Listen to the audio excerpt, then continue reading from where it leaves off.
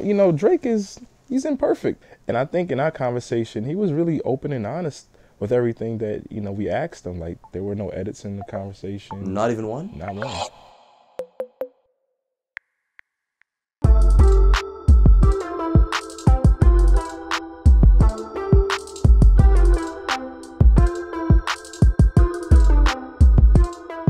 Alright, yo.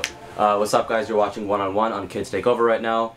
We flew from Vancouver to New York. It's about like my third time here.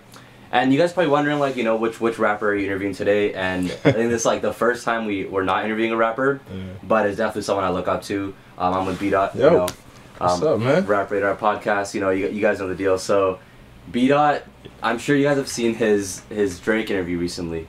Maybe a couple people see maybe like 8 million. I don't know. But congrats on that, by the way. Thank you. Appreciate it. Like legit, congrats, because that's not something that you see too often. I guess like this is the part where a lot of interviewers ask about people's upbringing and background and stuff. But to be honest, man, like after doing so many interviews, I already know about like people's background. I kind of already knew about yours, right? Did you Googles on me? Of course, man. I mean, I knew about you for a while, right? So like at some point, I kind of don't even like asking about people's background because it's like, what's the point, right? But as an interviewer yourself, like how do you feel about, you know, asking about rappers like upbringing and kind of having that be like a big portion of the interview? That's important. I mean, rappers or whoever you interview wants to feel like as if you're connected with them, that you've done your homework and you've done your due diligence. No one likes to be asked questions that are easily ready to find on the Google or something like that. So I think it's always important to, you know who you're talking to, you know, get to know them on a more personal level. So that's very important in an interview. I think it also depends on like the type of interview, right? Because there's things like what you guys do, which is like long form content. Yeah. And then there's stuff like, I don't know, maybe Adam22 did something at Rolling Loud where it's like a 3-minute backstage interview. Yeah. Obviously in that case, like you're not gonna ask about like, okay, so where did you grow up, you know? Right. It just depends on the setting. Right. Yeah. Time and place. So. Yeah. What do you prefer actually like doing? I like long form conversations just because, you know, and also I like doing it with artists that don't like to talk all the time because it makes it a little bit more special. You get to do a deeper dive on them. So so that's what I prefer. Yeah, me too, man. Because I feel like just with my experience, like in the beginning, I obviously had to do like these little like 5-minute interviews and like, you know, it was cool if it's like a cool artist and stuff. But then at the end of the day, it's like you want to leave like some sort of impact with your interviews. Right. And so when people watch it and they see like, hey guys, I'm with A$AP Rocky at Rolling Loud. How are you feeling about your performance? You know, it's like that's cool and all, but it's like, what are people gonna take out of it and be like, damn, like I remember that, you know? Yeah, you're not gonna get an in-depth conversation with A$AP Rocky once he gets off the stage. Yeah. But you know, once you do catch him off the stage, he's probably hyped, the adrenaline's running, you know, and you can probably get a good soundbite here and there. Right.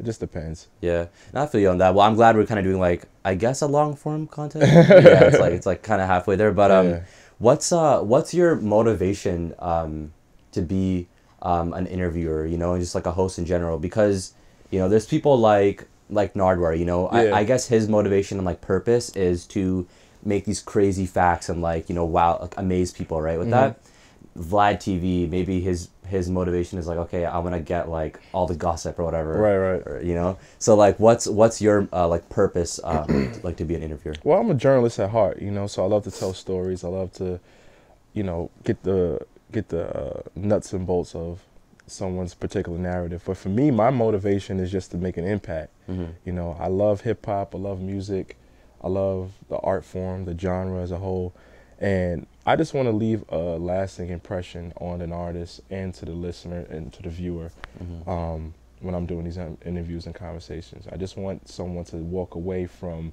a conversation with me like, wow, I learned something new from this person, or I have a better understanding of this person's perspective. So that's my motivation. Has anyone ever told you after you interviewed them, like, yo, man, like that was one really dope question? A lot of the conversations we have, people, well, from the artist itself, the subject, they walk away telling us like, yo, that was really dope. Like Drake loved the conversation. Jay-Z, of course, he loved it. Will Smith, I heard that he said like that was the first time when we interviewed him in 2018, that was the first time he felt like it was his genuine self. So, you know, those are always that's always flattering comments when you walk away from a dope conversation. Especially with someone from like Jay-Z, because I know that you obviously looked up to Jay-Z a lot, right? So like, I'm just being friends with him kind of is like it's like a, you know, it's a cool feeling. But what do you think of other hip hop media outlets? Because I'm sure you like scattered through YouTube. Maybe you like get recommended and stuff. So there's, you know, there's people like No Jumper, like shout out to Adam. Montreality, I'm sure you know what that is. Yep. What do you think of like these other hip hop media outlets? I love it, man. I like, a lot of people do better jobs than others, but I feel like everyone's, you know, has the abilities to empower themselves. So like, I love what Genius is doing, Rob Markman. You mentioned Adam, 22. What you guys are doing as well. Thank you. You know, I love the landscape. You know what I mean? I feel like there's no excuses. If you want to, you know, be an interviewer in this game, no one's stopping you from just putting yourself out there. Do you ever feel like hip hop media, I guess in like 2019, is getting a bit like saturated, do you think? Yeah, because, you know, I think the power has been democratized a little bit, you know, but the good stuff always rises to the top, you know, so there's always going to be competition. That's just part of life or any kind of business that you're getting into. But, you know, like I said, the cream rises to the top. Right. So. Well, I noticed that you guys don't really focus on doing things like, there's like these YouTube trends, right? So you got to make this thumbnail and you got to, like, or whatever, you got to, you know, put this bold text and in the title maybe put like, you know, talks about beef or whatever. I noticed you guys just write like Rap Radar, Drake. Right? Yeah, like, and that was on Drake's YouTube page, you know, so, you know, that's going to sell itself. But I'm not into the sensationalism of, you know, clickbait headlines, and I don't care about that. Like, I don't really care about the numbers on YouTube. I don't care about none of that. What I get my rocks off of is when I check my emails or check my DMs and someone says, yo, that conversation really impacted me. Yo, it makes me want to go hard. It made me want to start a business. It made me look at this artist different. It made me appreciate the art more. That to me is better than any kind of views or headlines or anything like that. Right, like leaving more of an impact. I think the same thing with us. It's like, you know, I don't think I'm like the best interviewer or whatever, but I just feel like if I can leave an impact and show people like you can be 20 years old and do what Ebro does, you know, or do what B Dot does and Zane Lowe or whatever. Right. Like, so I think impact is like super important, and I feel like some people are kind of forgetting that, you know. Yeah, that's what's the most important to me. Like at the end of the day, I want to create content that's gonna outlive me. Like the Drake conversation is gonna outlive me. It's historic. It's historic. You know, Will Smith, the things that he said are still being. I remember when we interviewed him. We dropped that July 4th, 2018. And he repurposed that interview like 4 different times on his social media. Like he posted it on Instagram? Yeah, because he took clips about him and his children. And he talked about him smacking the Russian interview on the red carpet. Then he used it one time to talk about Jazzy Jeff. So it's like, it's evergreen. You know, that's what I love. Getting like an interviewee to post content after, and like if you don't even ask them or whatever and they do it, like, you know, you pulled off a dope interview. Right. Yeah, that's dope to me. Like, you know, because at the end of the day, it's your content too. It's like your face is on in the interview as well. So you just want it to be as evergreen as possible, and I love that. So that's what I try to do, man. Just to create stuff that's just gonna outlast all of us. Yeah, man. You well, we were talking about other hip hop media outlets. What do you think of the Joe Budden podcast? I love Joe Budden, man. Yeah. You know what I love about Joe is that, and I wish I could have done this too, is like, what's dope about what Joe, Rory, and Mal do, they don't rely on the guests, right? So their listenership, their viewership is solely invested into them. Like what me and Elliott do, we are like very guest driven. So it's like, I don't think we could tour off of the Rap Radar podcast by ourselves, because I don't think people are invested into us per se. They're more invested into see who we can get. Yeah, and you guys understand that. Like, you know, it's like it's your strategy pretty much. Right, that's our strategy. But what I love what Joe has done, he's built up his brand enough to the point where he's leveraged his celebrity, and he's been consistent enough to create this monster where him, Rory, and Mal are able to tour, you know, across the nation and, you know, do live podcasts and things like that. We've done live podcasts in the past, but it's always, like I said, guest driven. So I like what Joe's doing. I love the fact, it's always weird to see rappers getting into media, because for the longest there's always been a disconnection between the artist and the media. Well, I actually kind of like it, because like, I'm a big basketball fan, right? So when I see like Max Kellerman say something, like, it's cool and all, but then if Tracy McGrady is giving like his opinion, I'm like, all right, I'm more invested into this. He's done it, you know. So yeah, no, I definitely messed with Joe Budden, but I know we landed here yesterday, and my brother on his TV, he put up the Joe Budden podcast that dropped yesterday, I think. Yeah. And it was about you. Well, it was about you and Elliott and the Drake interview. Yeah. And yeah, they were going in, man. Like, they went in. Like, they were just kind of...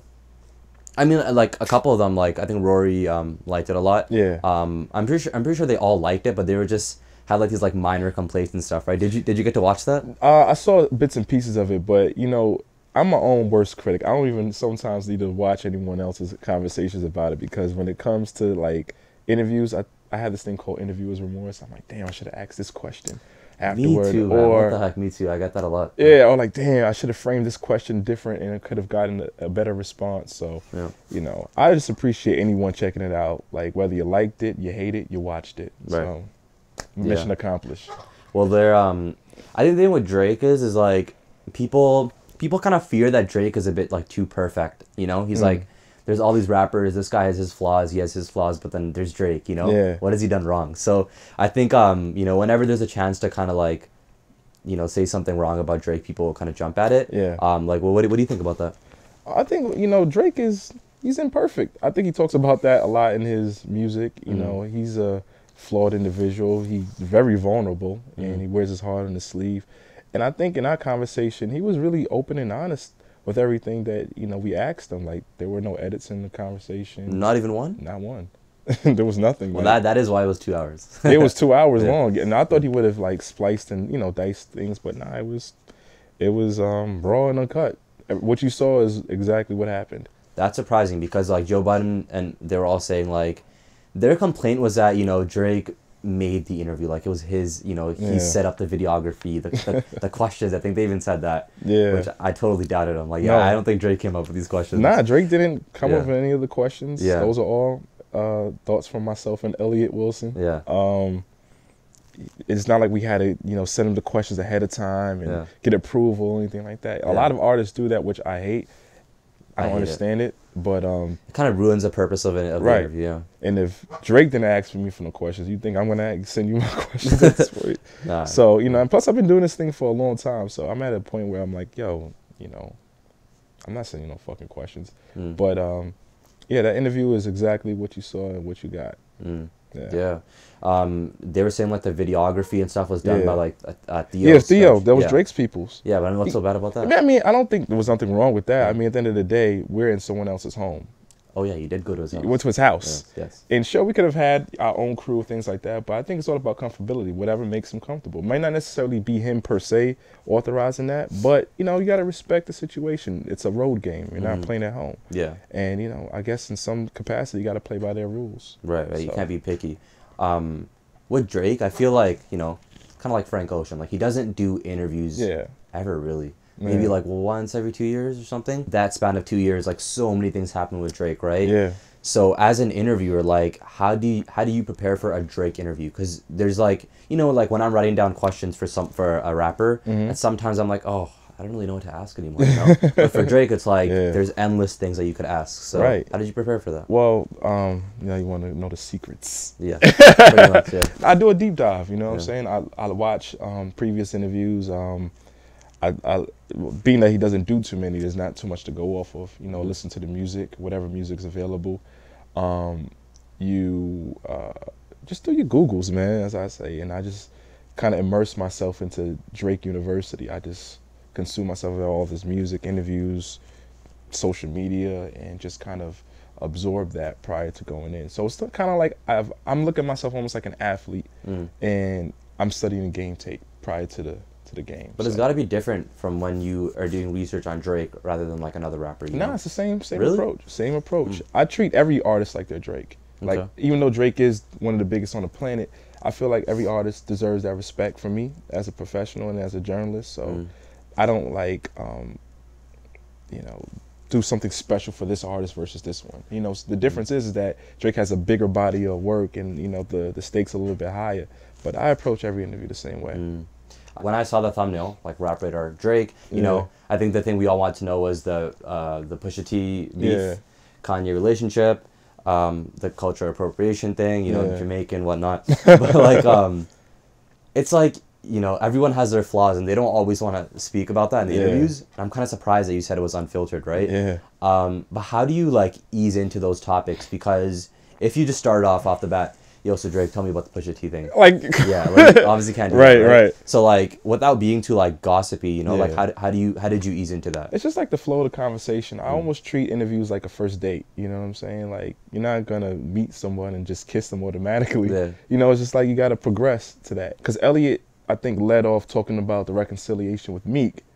Oh, that is a good way to use it. You know, and then obviously he's in a better space with him and Meek, and they were adversaries at one point. Then I segued and said, well, you know, being that you've had reconciliations with Meek and Tory Lanez, Chris Brown, and obviously the elephant in the room is Pusha T. Right. Will you ever reconcile with Pusha? And then he went on his tangent and talked about what he talked about. So yeah, it was kind of funny. The funniest part was when you're like, yo, so what happened with you and Jennifer Lopez? Now that's something I wish I would have framed a little bit different. Yeah. But you know, I had to shoot because he was talking about marriage, and I know he talked about J-Lo a couple times on Wax. So I felt it was a appropriate time. It was like a half-court shot from the back. So you were talking about like interviewer's remorse, right? Yeah. What was a question that you really want to ask? I just also wanted to ask more like human interest stuff. I really don't like human interest questions so much. What do you mean by human interest? Like, how was your day? You can ask that to anybody. Yeah. You know, like, or, you know, sometimes I see interviews, people ask questions like, how do you feel about the president? You know, like, that's something that's not specific to that person. I like to ask specific questions to the artist. But there's, with Drake, that there's like a humanity with him that I don't think gets exposed in interviews. So something simple like, are you happy? It's not a tough question. It's, are you happy? You know, what are you inspired by? Just little questions like that. Yeah. I would have liked to ask them. Yeah. But you know, maybe next time. Next time, yeah. Honestly, do you think there would be a next time? Maybe. No. I was playing with nah. You never know. You know, if you would have told me, you know, at the top of the year that we would have talked to him, I wouldn't have believed you. So you never know, man. Yeah. Hopefully. You guys haven't gotten Kendrick on it, have you? Nah, we haven't had Kendrick on the Rap Radar podcast. I interviewed Kendrick before. I did it for Google about 2011 or 10, I think it is. It's on YouTube. Was it Talks by Google or like what? It was a Google Hangout. You did a Google Hangouts interview with Kendrick? Yeah, I did that. That's pretty cool. What the heck? This is like after Good Kids Mad City came out. When was that? 2012? 13, I think. 12 or 13, yeah. So it was at South by Southwest. So it might have been 2012, 2013. Yeah. So, but we haven't had him on yet on the podcast. I think since you guys are at this trend of like, you know, rare artists like Jay-Z and Drake, I think Kendrick would be a really good one. And then Frank Ocean would be perfect, I think. You gotta find Frank Ocean first. That's true, yeah. Once you find him, you know, Frank Ocean interview, and then maybe you guys did J. Cole. Yeah, I mean, you guys did J. Cole. Yeah. J. Cole promised us to do it again because that was like once he came off stage. We didn't think that was gonna happen either because that was after the Dreamville Fest. It was cold as fuck that day. And he just came off the stage, and I'm like, there's no way he's coming over here. It's cold, it's late, and sure enough, he came through, and we had a nice little, like, what was it, 25-minute conversation? Yeah. Well, I mean, you turned what should have been a 2-minute interview into 25, so props on that. Right? Yeah, so you get what you can get. Right. I don't know if you've seen the clip, but there's this clip of like ASAP Ferg talking about the time he went to Jay-Z's house. And he's like, oh, there's this and you know, all that stuff. So like, what was it like at Drake's house? Because probably your first time there, I'm guessing. Yeah, it was like definitely our first time. He had just moved in 2 weeks prior. The house is massive. Afterward, I asked him how big was he. He's like 46,000 square feet. Yes, the bathroom does play Tupac. That's kind of weird though. Yeah, it was weird. Like in the bathroom, it's marvelous. Like I could see why chicks or whomever come over don't want to leave. Like I ain't want to fucking leave. It was nice, man. It's dope. It's a dope bachelor pad, but it's really exquisite. Like you just kind of consume. Like wow, this is Drake's crib. Okay, you see like the plaques on the, you know, or not the plaques, the jerseys that he has. He has like this trophy room with, you see his Grammys and things. It's like wow, it's a lot of history right here. So it was a really dope space though. I didn't get like the grand tour or anything like that, but I just kind of just want to do my job and get in and get out. Yeah, so. That was in Toronto, like that was Forest in Toronto. Hills. that area? Yeah, I'm not familiar with that area. It's called Forest Hills. Yeah. Oh, shout out to J. Cole. Yeah. Yeah, but it's dope. It's like when you pulled up to the Crickets, I guess everyone knows where he lives. Yeah. It's like this unmarked car. Like, what are you here for? And you have to get buzzed in and take a thumbprint sample and all that. Oh my god. Bullshit, but, you know. Okay, I thought you were for real. I was like, yeah, no way. Nah. I guess I also want to ask you. So you guys, like you and Elliott, you really talk about like, you know, top 5 all time and like these like all time rappers. You know, Nas and Biggie and stuff. Yeah. I'm gonna be honest, man. I did, you know, I do listen to that like here and there, but I'm with the new wave. Okay. You know, so like I like Lupe. You know, I think Lupe is like one of my favorite like old rappers, but yeah. I really Lupe's an old rapper. Man, to me. Nah, right? He is. I respect it. I respect it. Yeah, like to me, he's an old rapper. Like Lupe, like 50 Cent are like my old rappers. Really? Yes. How old are you?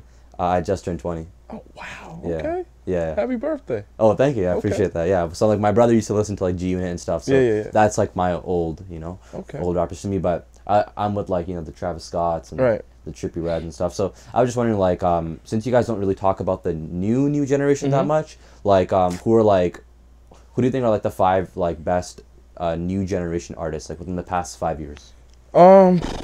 Recent years, like the Baby. I like Megan. I'm trying to think of some names. They're not so typical names. That's one of those questions I know the answer to when I'm driving home. Like, damn, I should have said that to you guys. Dude, I feel like that. I feel that, but yeah. But like those right now, at the top of my head, I'm pretty sure someone's gonna be like, "Yo, what about this guy?" And I'm forgetting, but I'll be that guy. What about people like Trippie Redd and like XXX? Like, yeah, I like those guys too. We actually just interviewed Trippie Redd too. That should be coming out really soon. Yeah. XXX, yeah, I liked his music, and I thought he was gonna be ascend to, you know, greater heights. Unfortunately, you know, his life was cut short. So yeah, those guys, like, I'm not one of those old guys that hates the new generation. And nah, man, it's something for everybody. Right. Yeah. Right. Yeah, I think the Game was even saying like in an interview that like X was gonna be like on a Travis Scott level. Yeah, possibly. I like YB and Cordae as well. I like the City Girls. Who else? Yeah, those two stick out to my mind. So yeah, I like anyone that can rap, man. I don't give a fuck how old you are. I don't care when you were born. So also like Baby Keem, Merge. Shout out to Najee, who does Cigar Talk on the Rap Radar platform. Right, yeah. He kind of discovered him too. So you discovered him? What do you mean? Yeah, like he would have to tell the story better than I could. But from what I remember, him telling me like Najee, we get emails all the time, and I think he cold emailed Najee, and for whatever reason, Najee responded to the music. He liked it and kind of took him under his wing. This is like 2-3 years ago. Really? Yeah, and I think he like helped, you know, get him some early press. He shouted him out on the radio on Shea 45, and he was really instrumental from the early years. So to see it happen, you know, 2-3 years later is really dope. Well, Keem doesn't really do interviews. He doesn't do it. Yeah, exactly. You know, but Najee saw it early, and now, you know, he's signed him to the Orchid. He works at Sony. Okay. So he got him like a situation at the Orchid. So he was really instrumental in helping his career blossom. Well, I was on Reddit and I actually I saw like these, I don't know if they're rumors or if they're true or not, but they were like Keem is like Kendrick's cousin or something. I heard that too. I don't know if it's true or false. I'm gonna have to get to the bottom of that, but you know, what I do know is that he's buzzing. And he's one of the dopest new artists to emerge right now. So. I wouldn't doubt it because he does have credits on Damn. Right. And if you listen to the you know, his Keem's album, it does kind of sound like, you know, some Damn throwaways or like these melodies are kind of similar. Yeah, there probably is some sort of family ties, but I can't confirm or deny. Yeah, no, I feel you. Yeah. Well, you know, one of the last things I wanted to kind of ask you is like, you grew up in a, because like we're both in the same like space, right? Like music media, but you grew up in like a different time when, like for me, man, I use the internet to my advantage. You know, like. I'm sending a bunch of DMs every day. I'm sending a bunch of emails. I emailed you. You know, I'm discovering all these artists and stuff. And I feel like nowadays you can kind of just like dabble in like these different areas of music rather than just like, okay, you work at Atlantic Records as an A&R, you know? You can be an A&R, but you don't have to work at the record label. So like if you could kind of, let's say you grew up in like the 2010s, right? Right. Or like let's say like the 2005s or whatever. Yeah. How would you go about having like a music media career differently? Like if you're in my position. I think I would just do what someone like yourself is doing. Like, I didn't know you from a can of paint. We met at A3C in Atlanta. Yeah. So it's all about putting in the work and putting boots on the ground. You know what I'm saying? So like, I would just apply. If to me, I think it's a little bit easier from when I was coming up, because because a lot of times I was getting shut down. Couldn't go to events. I had to track people down to get a number or some sort of contact. So I think, obviously you can use the internet to your advantage. You could post memes all day, or you could really, put forth effort, going to these conventions, going to where like-minded people are and networking with them. So that would be my advice to anybody that's trying to start out in media and on this day and age, or in the 10s or the 20s, wherever the fuck we are in. But it's all about good old-fashioned hustle, man. Like I said, I met you in Atlanta. You told me what you were doing. You shot me an email. You showed me examples of your work. I took interest in it. Like, hey, this guy sounds some bullshit. He's really about it. I saw the consistency in it. And here we are today. And it's really that simple. But people make things a little bit that much harder. I get emails every day. I'm inundated. I'm probably getting an email right now from someone like, yo, I'm trying to get on. Put me on. Like, how can I? No, you put yourself on. I'm ready. Like, you want to be down Rap Radar? You want to be down with it? You're already in. You're in. You have a Wi-Fi connection, you're down. Yeah. You know what I'm saying? Man, getting shut down is just like part of the process, man. Like, I don't think I get shut down as much anymore. But in the beginning, man, you deal with like rude rappers, like rude managers. It happens. Yeah, like listen, man, when it rains, you gotta get muddy too, man. You gotta deal with the mud as well. So that's just part of life, man. Like, you're not always gonna get the big name interview. I've been shut down plenty of times. I've been told no more times than that. It took us literally, before we interviewed Jay-Z, it took us 100 episodes on CBS, because we had the podcast there with CBS, over 100 episodes to get Jay-Z. Then 2 years later, it took us more episodes to get Drake. And prior to then, we had to put the work in to get Will Smith. So it's just all about grinding, being consistent, being persistent, and just rolling with the punch. You gotta love the journey, man. That's how I look at it, man. You're gonna have your good days, you're gonna have your bad days, till you get better days. Right. So yeah, man. Like, I actually respect that, because, like, you were talking about getting DMs and emails and stuff. I feel like there's a certain level where you gotta respond to someone's DM, or give them a chance, because if someone's doing nothing at all, they've done no work, and they're like, yo, B Dot, put me on, or like, let me do an interview, it wouldn't make sense for you to respond. No, I mean, listen, I see everything. People think that just because I don't respond to you, I don't see it. I see everything. I get everything. What I mean? Sometimes no response is a response. And again, you don't have to wait for me to put you on. You can put yourself on, and it's also about access. You can't respond to everybody. Yeah. You know what I mean? Because at the same time, people feel like we're friends, and we're not friends. Like, I don't know you. I don't have a responsibility or obligation to help you out because I responded to something that you said to me. So I take that into consideration as well. Yeah. Well, Well, I respect that you responded to me, and like for people who, like, just to give them a bit of context, like, so I went to A3C, went there to network and really just like get some opportunities to interview people. And I just B Dot did his talk with Karen Silva, which I thought was amazing. It's pretty like emotional too. Yeah. Almost cried. Yeah, I mean, I didn't know much about Karen Silva, and then after that, I'm like, you know what, I respect this girl a lot. She's dope. And that was just like a testament to like how good the interview was. Yeah. So after that, A3C lets people ask 3 questions at the end. I didn't get my question.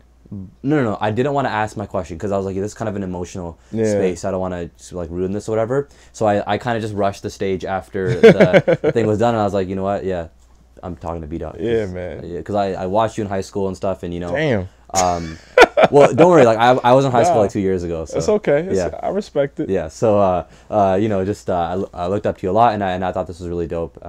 Yeah, man, I really appreciate it. It's crazy when people say that, man. Like, I looked up to you in high school. Like, a lot of times I get emails or DMs from people, especially from me and Elliott, and they be like, yeah, man, I grew up on you guys, man. When I was in junior high, when I was in high school, I was like, God damn. Like, I really feel like I just started. Like, I don't think about the time until someone, tells me about it. I'm like, wow, we have been doing this for a long time. Well, I guess it's just like being able to relate, like when I was in high school, I applied for like to be a journalist at like Complex or Vice or whatever, and I got like declined, right? So the people that like you watch are like, you're like, okay, you know what, if B Dot did it, yeah, I think I can do this too, you know? So yeah, it's easy, man. I'm not gonna say it's easy. Of course, it's a lot of hard work. You know, a lot of ramen. yeah. You know what I mean? A lot of thin pockets. But you know, if this is what you want to do, man, you don't have to wait on nobody. It's gonna take a while for you to get noticed. But as long as you're being consistent, like yourself, things are gonna come your way. That's my advice to anybody in any kind of line of work you're trying to do. It's being consistent, being patient as well. Things are gonna come your way. Well, I appreciate this interview, man. Absolutely, man. That's dope. Anytime. So this is B Dot, and you're watching Kids Take Over. Yep. Yo, thank you guys so much for watching that interview. I know I was away for a week in New York, but if you've been paying attention, I said that I'd update you guys on our Instagram stories, which is what we did. You know, like we went live a bunch of times, and I gave you an inside look at which record labels we met with, which rappers we met with, and if you do want to see a full behind-the-scenes video about just the New York trip, be sure to comment that below, because I'm only going to do it if you guys really want me to. Otherwise, here's the top comment of the week. So Crown of Leo, she commented on the last video and said, I first found this channel through the Untitled Chapter interview, which was recommended. Planned on starting my own media outlet, and you provide so much inspiration. Yo, I'm so happy to hear that you're a supporter, and you can 1000% start your own media outlet. You got all the tools, and you seem like you're watching all the right videos to help you, so I support you. But hey guys, so click the subscribe button. It should be over there or over there somewhere, because I don't want you to miss the next videos, and go watch our last video.